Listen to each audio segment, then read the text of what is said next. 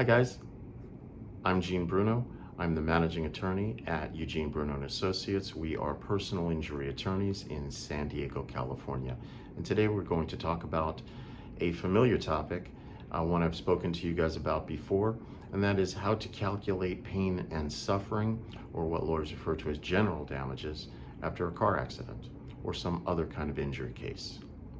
So let me start with the basic rule that the defendant that causes your injury is responsible for all the damage that he or she causes. And that includes not only the obvious damages, but also some damages that you have to look a little harder to determine.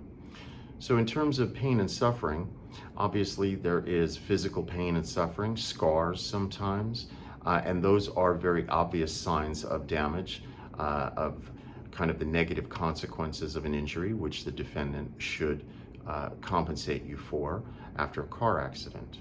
Some of the less obvious damages you may suffer after a car accident, but nevertheless which you should be compensated for, are things like anxiety or depression, inconvenience, humiliation. These are parts of the damage that you have sustained as a result of somebody else's negligence. They just may be not as obvious as a broken bone or a scar. But nevertheless, a good personal injury attorney will develop a story with you, a way for you to tell the truth.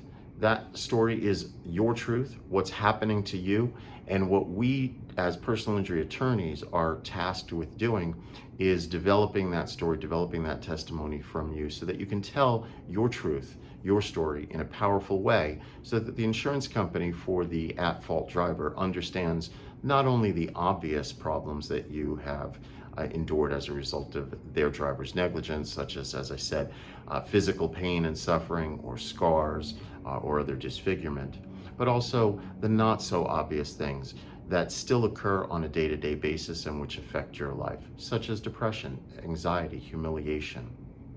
All of those things should be compensated to you.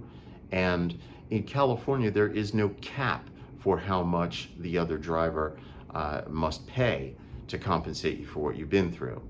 The bottom line for me is that if the other driver's negligence has caused this problem for you, it is my job to tell that story effectively so that the other driver's insurance company compensates you fully for everything you're going through. If you've been injured in an auto accident or some other accident, and you are struggling with trying to calculate the value of your claim or how to put a dollar figure on your pain and suffering, I can tell you I understand it's a difficult thing. Money cannot really turn back time and cannot undo the damage that's been done to you.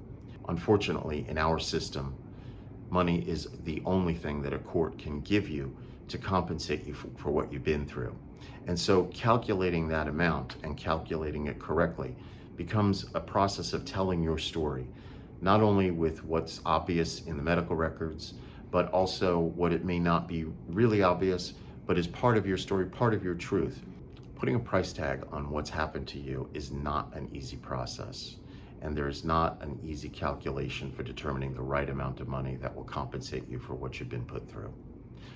You need to talk to somebody who can give you some advice, who can listen to your story, and pull out the details of that story to develop some powerful testimony for you so that you can go into court or go into negotiations with an insurance company telling that story of what happened to you in the most powerful way so that you get everything you're entitled to.